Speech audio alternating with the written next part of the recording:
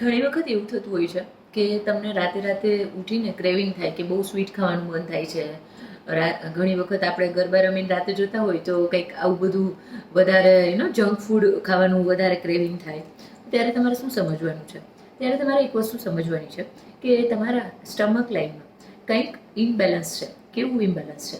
એક છે તમારા લાર્જ ઇન્ટેસ્ટાઇનમાં એક બેક્ટેરિયા મેન્ટેન થાય છે કે જે એક બેડ બેક્ટેરિયા છે, એક ગુડ બેક્ટેરિયા છે.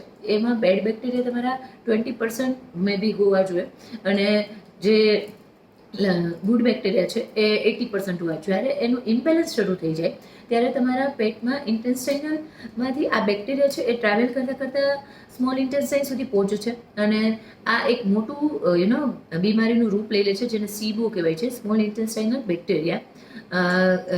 ઇન્ટેસ્ટાઇનલ બેક્ટેરિયા જે તમને વધારે પડતી ક્રેવિંગ કરાવે છે. તો તમારે સમજવાનું છે કે અહીંયા તમારે ડિટોક્સની જરૂર છે. તમારે આવી કંઈ વધારે ડિટોક્સ ડાયટની જરૂર હોય તો તમે અમારી પાસે આવી શકો છો.